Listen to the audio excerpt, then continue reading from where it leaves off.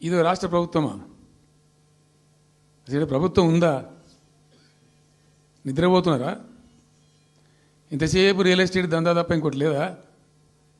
ఇల్టు భూములు ఎట్లా అమ్ముదాం, పల్టు భూములు ఎట్లా అమ్ముదాం, ఆ భూములు ఎట్లా దెబ్బ పెడదాం, ఇంకెంత కమిషన్ కొడదాం, ఇది తప్ప రాష్ట్ర ప్రయోజనాలు, నీళ్లు, రైతులు, మనుషులు లేరా? ప్రాజెక్టులు ఎందుకు 2 నెలల నుంచి ₹1 పెట్టలే?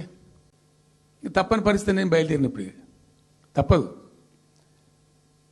అటు కేంద్రాన్ని ఎక్స్పోజ్ చేస్తాం, ఇటు రాష్ట్రాన్ని ఎండగడతాం ప్రజల మధ్యలో ఖచ్చితంగా. ఇలా మొత్తం విస్తారంగా మాట్లాడినాం, చర్చించినాం. చాలా పెద్ద ప్రజా ఉద్యమానికి శ్రీకారం చుడతాం.